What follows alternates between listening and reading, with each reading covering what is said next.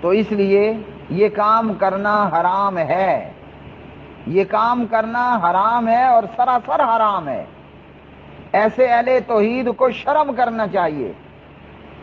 اس سے پہلے کی باتیں بھی یاد رکھیں، اللہ کا خوف کریں، اللہ کا ڈر کریں۔ آپ کے پیٹ میں اگر حرام کا بکرے کا گوشت ہے تو آپ کا کیا خیال ہے؟ اللہ تعالیٰ آپ کی دعا قبول کرے گا؟ اہل حدیث تو سبحان اللہ ہمارے سامنے ان کی سیرت موجود ہے، اہل توحید کی سیرت تو ہمارے سامنے موجود ہے کہ اگر بھولے سے صدقے کی کھجور کھا لی، ہاں جی، تو جب پتہ چلا کہ بھئی یہ تو میرے اوپر حرام تھا، اپنے منہ میں انگلی مار کے کہہ کر کے الٹی کر کے وہ باہر نکال لی۔ یہ ہے اہل حدیث، یہ اہل توحید، یہ چنگا اہل حدیث ہے، یہ چنگا اہل توحید ہے۔ ہاں جی، پورے کا پورا بکرا حرام کا کھا گیا اور اپنی فیملی کو کھلا گیا، یہ اہل حدیث ہے؟ اس کو کس نے کہا ہے یہ اہل توحید ہے؟ جو مشرکوں کا تعاون کرے وہ اہل توحید ہوتا ہے۔ تو شرم کرو، اللہ کا خوف اس سے پہلے کرو، بعد میں شرم بھی کرو کہ نام دیکھو اہل توحید، ہاں کہ کام دیکھو۔ نام تمہارا اہل توحید اور کام تمہارے۔ یہ ایک دیوبندی خطیب تھے احمد سعید خان چتروڑ گڑھی، وہ دیوبندی تھے، وہ مقلد تھے، ہاں جی، جن کے عقائد میں شرک تھا اور کفری عقائد تھے۔ احمد سعید چتروڑ گڑھی کا ایک بیان میں سن رہا تھا کبھی کسی وقت میں، تو ایک شخص کو اس نے کہا کہ بھائی یہ دربار اور غیر اللہ کے نام پر اور گیارہویاں، ان گیارہویوں کے کھانے سے بہتر ہے کہ ٹٹی کھا لو۔ یہ احمد سعید کے الفاظ تھے۔ ارے مقلد میں اتنی غیرت ہے، تو چنگا اہل توحید ہے، ہاں تو دربار سے بکرے، شادی شہید کے دربار پر موجود بکرے خرید کے تو کھا رہا ہے، تو احمد سعید خان سے بھی گھٹیا ہے۔ وہ مقلد ہو کر، ہاں جی، وہ مقلد ہو کر اتنی غیرت کی بات کر رہا ہے۔ کہنے کا اس کا مطلب یہ تھا میاں مر جاؤ حرام مت کھاؤ، تو وہ مقلد ہو کر اتنی بڑی بات کر گیا۔ یہ اہل توحید کس بات کا ہے کہ یہ باب شادی شہید کے مزار پر چڑھنے والے بکروں کو سستے داموں خرید کر کھاتا ہے اور اپنے بچوں کو کھلاتا ہے؟ ارے جب تیرے پیٹ میں حرام کا گوشت آ گیا، تیری توحید اور تیری غیرت کہاں گئی؟ ہماری غیرت یہ ہے ہم اپنی بیوی کے ساتھ غیر مرد کو برداشت کریں گے؟ اور جی نعوذ باللہ، کدھر گئے گواہ تے، کدھر گیا جناب جج تے، کدھر گئی عدالت، ہاں جی کدھر گیا پولیس والا؟ ہماری غیرت یہ ہے کہ کوئی اپنی بیوی کے اوپر کسی غیر محرم کسی بھی مرد کو اس کے اوپر دیکھ لے، فوراً پسٹل نکال کر دونوں کو شوٹ کرے گا، دیکھی جائے گی بعد میں عدالت اور پولیس۔ ارے ظالموں، انہوں نے بیت اللہ کے مقابلے میں باب شادی شہید کا دربار مزار بنا کر بیت اللہ کی نقل کھڑی کر دی۔ بیت اللہ کی نقل کرتے ہوئے باب شادی شہید کے دربار پہ سجدے ہوئے، اور بیت اللہ کی نقل کرتے ہوئے باب شادی شہید کی قبر کا طواف ہوا۔ انہوں نے باب شادی شہید کو اللہ لم یلد ولم یولد کا شریک بنا دیا، اور تیری غیرت کہاں مر گئی اہل توحید کہلوانے والا کہ تو باب شادی شہید کے دربار پر ملنے والے سستے بکرے کا گوشت خریدتا ہے؟ تیری اپنی ذات پر اتنی غیرت ہے کہ کوئی اپنی بیوی کے ساتھ کسی دوسرے مرد کو برداشت نہ کرے، اور وہ اللہ لم یلد ولم یولد کے ساتھ شریک بنا کے اسے سجدے کر رہا ہے، اسے حاجت روا اور مشکل کشا بنا رہا ہے۔ تیری غیرت نے یہ گوارا کیسے کر لیا؟ اور کہاں گئی تمہاری توحید، کہاں گیا تمہارا ایمان؟ سب کچھ ستیہ ناش ہو گیا، سب کچھ۔ حالانکہ شریعت نے کیا کہا ہے؟ بیوی بدکارہ ہے اور خاوند کے پاس گواہ نہیں ہے تو لیان ہوگا۔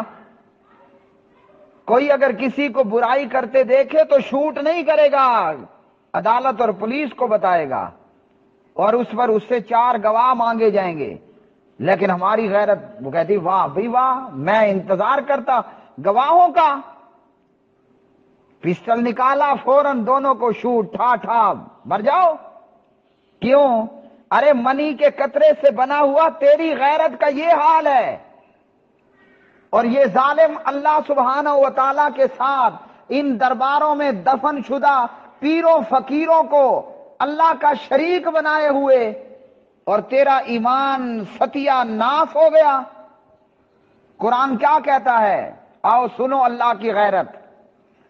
وَقَالُوا اتَّخَذَ الرَّحْمَنُ وَلَدًا لَقَدْ جِئْتُمْ شَيْئًا إِدًّا تَكَادُ السَّمَاوَاتُ يَتَفَطَّرْنَ مِنْهُ وَتَنشَقُّ الْأَرْضُ وَتَخِرُّ الْجِبَالُ هَدًّا أَن دَعَوْا لِلرَّحْمَنِ وَلَدًا وَمَا يَنبَغِي لِلرَّحْمَنِ أَن يَتَّخِذَ وَلَدًا. یہ ہے اللہ کی غیرت. اور انہوں نے بنائی رحمان، اور انہوں نے کہا رحمان نے بنائی ہے اولاد، یعنی اللہ نے بھی بیٹا بنایا ہے. البتہ تحقیق تم نے کی ہے ایک بہت بڑی بھاری بات. قریب ہے کہ سب آسمان پھٹ پڑیں اس بات سے، اور شک ہو جائے زمین بھی پھٹ پڑے، اور گر پڑے پہاڑ ریزہ ریزہ ہو کر، اس بات سے کہ انہوں نے دعویٰ کیا رحمان کے لیے اولاد کا، اور نہیں لائق رحمان کے یہ کہ وہ پکڑے اولاد.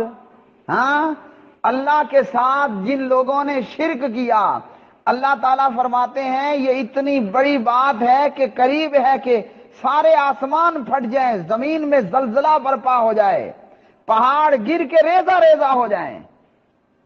ہاں، ہم منی سے بنے ہوئے بیوی کے ساتھ کسی مرد کو گوارا نہیں کر سکتے. ارے ظالمو، اس باب شادی شہید کو اللہ کا شریک بنا کر پوجا جاتا ہے، اور تو اس دربار پر بکنے والے بکرے سستے داموں خرید کے کھاتا ہے، اور تیرے خون میں، تیرے ایمان میں توحید کی غیرت گئی تو گئی کہاں؟ حرام کھا کھا کے نکل گئی. یہ اہل توحید ہوتے ہیں. اہل توحید تو کہے بھائی مجھے بھوکا مار دو، مجھے پیاسا مار دو، میرے جسم میں لوہے کی کنگھیاں پھیر دو، سبحان اللہ، میں پھر بھی اللہ کے ساتھ شرک کرنے پر تیار نہیں ہوگا.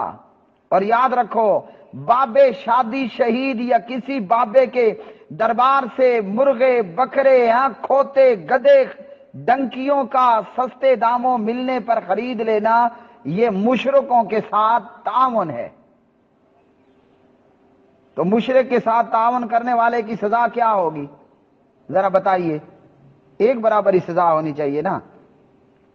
اگر ہمارے ملک میں وہ کون پکڑا گیا تھا؟ کلبھوشن پکڑا گیا تھا، ٹھیک ہے نا، بلوچستان میں. ہماری خفیہ ایجنسیوں نے، پاک آرمی کی خفیہ ایجنسیوں نے کلبھوشن پکڑا تھا نا. اب بتائیے کلبھوشن کی کیا سزا ہے؟ جلدی بتائیے، جلدی جلدی. کلبھوشن کی سزا کیا ہے؟ کہ تلوار سے اس کی گردن کاٹ دی جائے، ہے نا یہی سزا. اور کوئی پاکستانی اگر وہ کلبھوشن کا مددگار نکلتا ہے، مجھے بتائیے آرمی کورٹ اسے کیا سزا دے گی؟ چلو فیصلہ آپ کے اوپر ہے. کلبھوشن کی سزا سزائے موت ہے نا. اور جو بلوچی، جو سندھی، جو پاکستانی، میں صرف مسلمان کا نام نہیں لے رہا ہوں، میں بافیت قوم، کلبھوشن کی سزا سزائے موت ہے. اور جو کلبھوشن کا مددگار نکلے اس کی سزا کیا ہے؟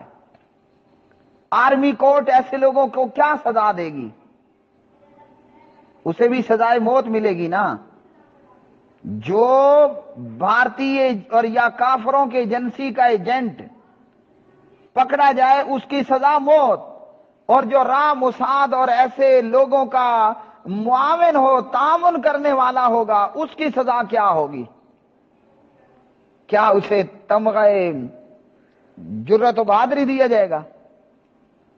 بھائی جیسے راہ کے ایجنٹ کی سزا موت ہے، اس کے ساتھ تعاون کرنے والے پاکستانی کی سزا بھی سزائے موت ہے، فوراً شوٹ کرنا ہے اور اس کی کھوپڑی میں فائر مار دینے ہے نا۔ اور اللہ تعالیٰ بھلا کرے ہماری آرمی کا، وہ کرتی بھی اسی طرح ہے۔ تو جو مشرک ہے اس کی سزا کیا ہے؟ انہ من یشرک باللہ فقد حرم اللہ علیہ الجنہ ومأواہ النار وما للظالمین من انصار۔ مشرک پر اللہ نے جنت حرام کر دی ہے، اور جو مشرکوں کو تعاون کرے، فیصلہ آگے آپ خود کر لیں، میں بات کو یہیں چھوڑتا ہوں۔ ارے بھوکا مر جانا پسند کر لو، ہاں بھوکا مر جانا پسند کر لو، تمہیں بڑی بھوک ہے، بڑے بھوکے ہو، بڑے مر جاؤ گے، کل تمہاری روح نکل جائے گی۔ کتا پکڑ کر کھا لو، خنزیر پکڑ کر کھا لو، جان بچانے کی خاطر، ہاں جی، حسب ضرورت، مگر درباروں سے بکرے اور مرغے خرید کر مت کھاؤ۔ اگر تمہارے اندر رتی برابر بھی اللہ کی ذات کی خاطر کوئی غیرت نام کی چیز موجود ہے، ورنہ غیرت کی کہیں پھکیاں ملتی نہیں ہیں۔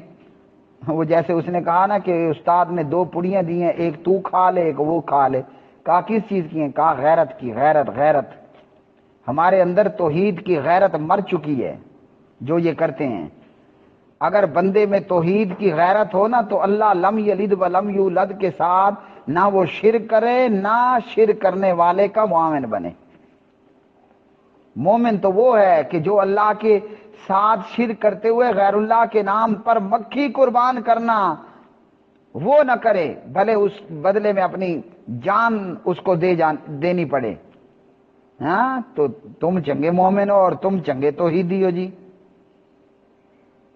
اب اگر آپ میں سمجھ ہے تو جو ہو گیا اس پر فوراً توبہ کریں اور آگے سے اللہ تعالیٰ سے یہ عہد کریں، اے اللہ بھوکے مر جائیں گے، ہیں جی بھوکے مر جائیں گے، مگر درباروں مزاروں سے بکرے اور مرغے لے کر نہیں کھائیں گے، نہ مفت میں نہ پیسوں میں، نہ سستے میں نہ مہنگے میں۔ وآخر دعوانا ان الحمد للہ رب العالمین۔